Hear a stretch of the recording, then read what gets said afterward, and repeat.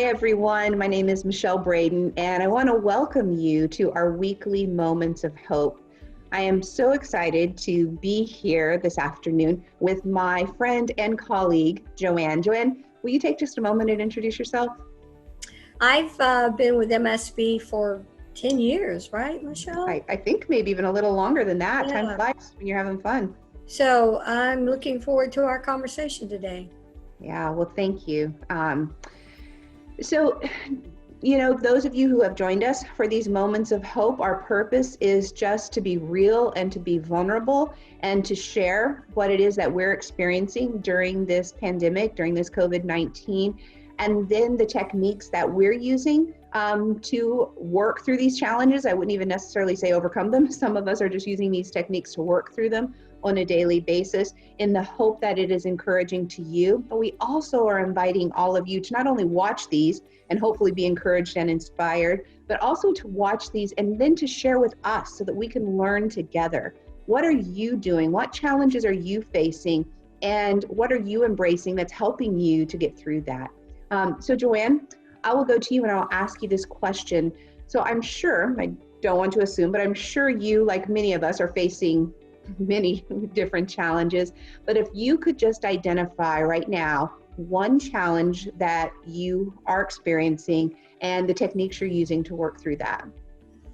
Yes, and the word is many.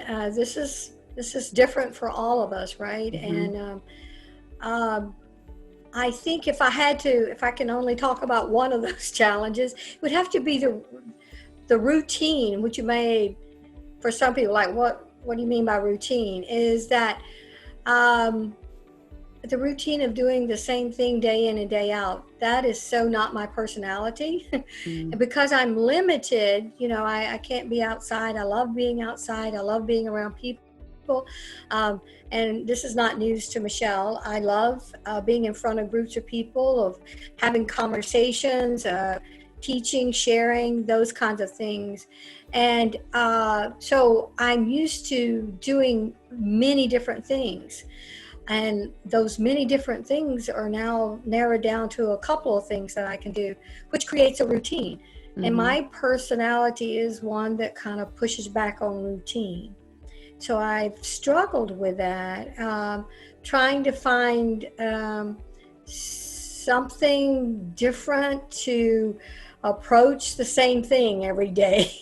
So I really have learned a few things about myself in this routine life. Is that one, which is I am very easily bored. I didn't ever think. I used to say, if people were bored, it was because they're just not looking around. But no, you can get bored.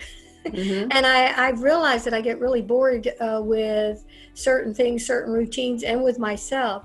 So one of the things that I've tried to do on a daily basis is expand my reading. I do a lot of reading, but it's always been in relationship to my work, or learning about something specifically. So I've been stretching myself of like, pick something that you just have a general interest in and read about that. And a couple of friends have suggested some books that they are have read, and I've read those. And so that's one thing, is doing reading, but a different type of reading, something that I wouldn't normally do. And then another thing that I'm doing is, I'm not a list maker, not like you, Michelle. I don't make lists. Even if I made the list, I'd lose it. But one of the things, I said, well, since I'm pretty much stuck here, I'm going to do all those things that I said if I ever had time I was going to do. Guess what? I'm 6 weeks in and I haven't done any of them. And what I've learned from that is, are they really important? So another thing that I'm doing is really trying to figure out what is my purpose, not just for the future, but for today, and finding purpose every day in what I do, who I talk to, the things that I am doing routinely, but looking for a fresh purpose in that.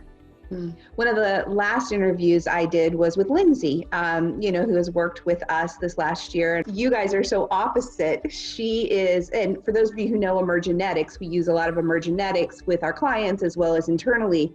And she is a dominant green preference, meaning that she strives and lives off structure and needs that. And so she talked about how in her coaching with Ariel, because she was felt like she was lacking her normal structure, how they worked, her coach, how they really worked to get her back into structure, and how she would make a list and the joy of crossing things off. And so I'm laughing. So this is a perfect example of you who are very yellow, conceptual in your brain. And third flexible. You like lots of change and lots of possibility. And so what you've had to do to live into that. So what it just really makes me think of for all of us is that place of emotional intelligence, of self-awareness, and then self-management, of being, aware of ourselves and then how we manage that. So JoAnn, thank you so much for joining us today, and not just today, for all that you do. Yes. And please stay healthy and hopeful. Yes, I love that. All right. Bye-bye, everyone. Bye.